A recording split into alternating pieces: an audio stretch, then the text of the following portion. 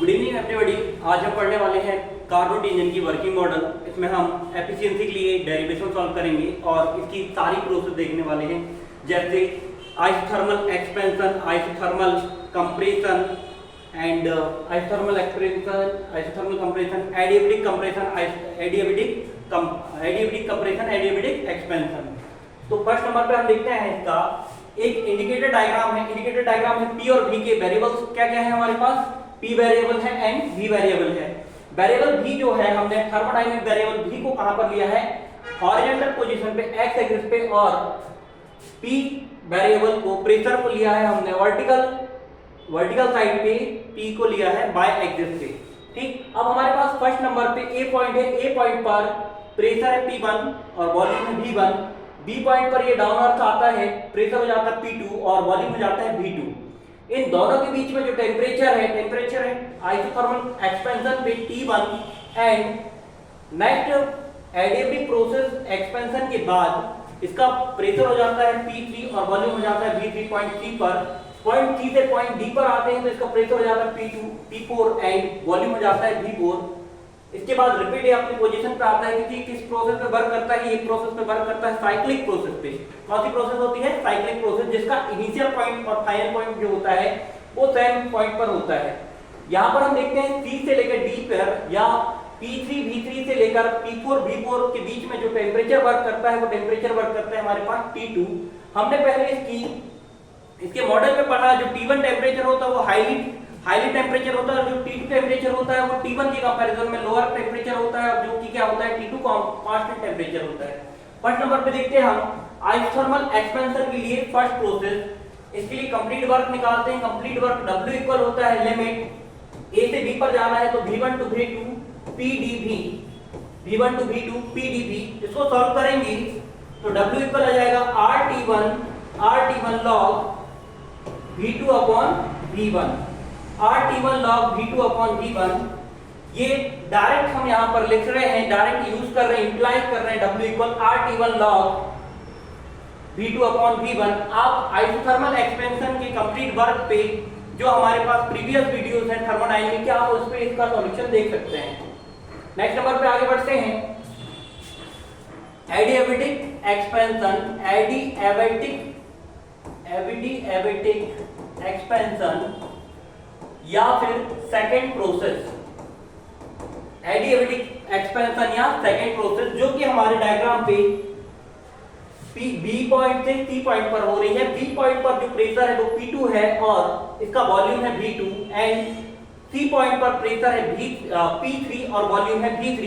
इन दोनों के बीच में जो प्रोसेस हो रही है वो है एडियाबैटिक एक्सपेंशन प्रोसेस हो रही है।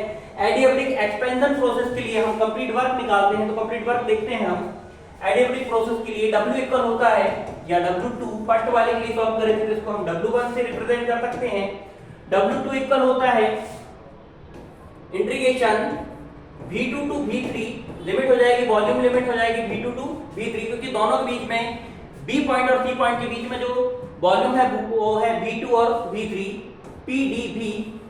सॉल्व करेंगे तो सॉल्व करने पे हमारे पास आ जाएगा R upon gamma -1 into temperature T1 minus T2। W2 equal आ गया हमारे पास R upon gamma -1 T1 minus T2। अब हम देखते हैं जो फर्स्ट वाला डायग्राम हमने सॉल्व किए हैं, ये W1 इतना आ गया, ये किसके इक्वल है, हमारी फर्स्ट एनर्जी सोर्स के इक्वल। और फर्स्ट एनर्जी हमारे पास कितनी, heat energy Q1। First heat energy हमारे पास कितनी थी, Q1। सेकंड वाला सॉल्व किए किसके लिए, एडियाबैटिक एक्सपेंशन के लिए। सेम ये वाला भी डेरिवेशन हमने फुल्ली सॉल्व किया है अपने प्रीवियस वीडियोस पे, आप उसमें देख सकते हैं। W2 इक्वल हो जाएगा R upon gamma -1 into T1 minus T2। Third number पे आते हैं और थर्ड नंबर पे वापस से देखते हैं हम आइसोथर्मल कंप्रेशन के लिए। तो आइसोथर्मल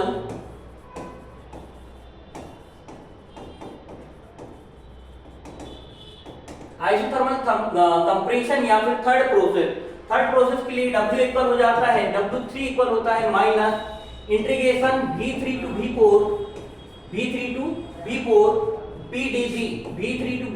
PdV।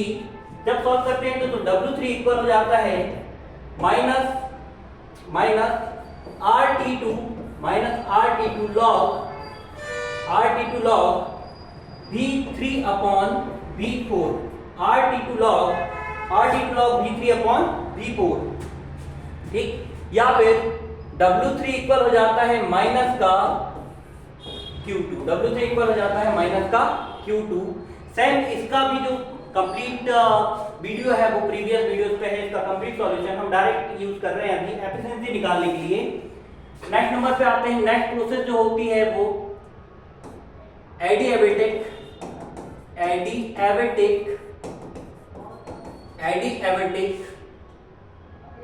कंप्रेशन के लिए सॉल्व कर रहे हैं। तो एडिएबेटिक कंप्रेशन के लिए फोर्थ प्रोसेस होती है।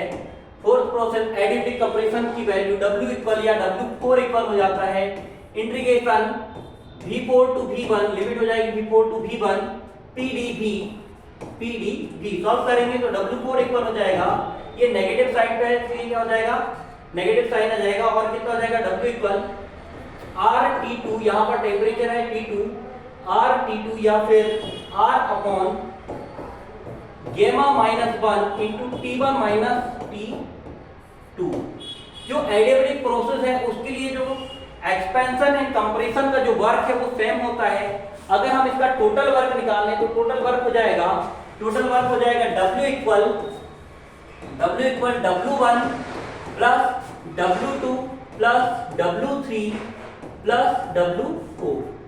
अब हम देखते हैं जो सेकेंड नंबर का है, इसके लिए एडिएबेटिक प्रोसेस के लिए सेकेंड नंबर का वर्क जो है वो नेगेटिव है या फिर ये पॉजिटिव है, तो ये इसके अपोजिट डायरेक्शन पे वर्क कर रहा है। एडिएबेटिक प्रोसेस के लिए ये D2A जा रहा है, ये B2C जा रहा है, जो कि दोनों एक दूसरे के क्या है, नेगेटिव डायरेक्शन पे है। अगर नेगेटिव डायरेक्शन पे है तो एक की वैल्यू क्या हो जाएगी, नेगेटिव हो जाएगी। और हमारे पास ये हो जाएगा W1 की वैल्यू पुट करते हैं, W1 की वैल्यू है Q1 प्लस W2 की वैल्यू अगर क्या है पॉजिटिव है तो W2 हो जाएगा पॉजिटिव एंड W3 की वैल्यू थी माइनस का Q2। इसके बाद आगे बढ़ते हैं, W4 की जो वैल्यू है वो माइनस का है W4। W2 और W4 दोनों के दोनों एडिएबेटिक प्रोसेस के लिए वर्क है। जो एडिएबेटिक प्रोसेस के लिए कितना होता है, R अपॉन गेमा -1 इंटू T1 माइनस T2 होते हैं। तो W4 से W2 कैंसिल हो जाएगा और कंप्लीट वर्क W इक्वल हो जाएगा Q1 minus Q2। Carnot engine में जो कंप्लीट वर्क होता है वो कंप्लीट वर्क की वैल्यू होती है Q1 माइनस Q2। अब हम एफिशिएंसी के लिए आगे बढ़ते हैं। तो एफिशिएंसी इक्वल होती है, एफिशिएंसी या कार्य क्षमता इक्वल होती है complete work upon observed heat energy. तो हम देखते हैं कंप्लीट वर्क W इक्वल हो जाए एफिशिएंसी इक्वल, एफिशिएंसी को ईटा से रिप्रेजेंट करते हैं हम। ईटा इक्वल जो कंप्लीट वर्क है वो हो जाएगा Q1 माइनस Q2 और जो हीट एनर्जी थी, एब्जॉर्ब हीट एनर्जी थी वो थी हमारी Q1। अलग अलग डिवाइडेशन कर देंगे तो Q1 अपॉन Q1 माइनस हो जाएगा Q2 अपॉन Q1। अगर इसको सॉल्व करें हम तो ईटा इक्वल हो जाता है, ये वन टाइम कैंसिल हो गया, 1 माइनस Q2 अपॉन Q1। अगर इसको और देखें तो हम देखते हैं कि Q1 अपॉन Q2 या Q2 अपॉन Q1 इक्वल होता है T2 अपॉन T1 के। ईटा इक्वल और लिख सकते हैं, इसको ईटा इक्वल लिख सकते हैं 1 माइनस T1 अपॉन T2। एक रिलेशन इसका बनता है Q2 अपॉन Q1 का T2 अपॉन T1 के साथ, तो क्या हो जाएगा 1 माइनस ईटा इक्वल हो जाएगा 1 minus T2 upon T1, 1 minus T2 upon T1। आगे बढ़ते हैं। ये कार्नोट इंजन की एफिशिएंसी के लिए हमारे पास डेरिवेशन डिराइव हो गया। इसके बाद हम रेफ्रिजरेटर के लिए देखेंगे। Thank you.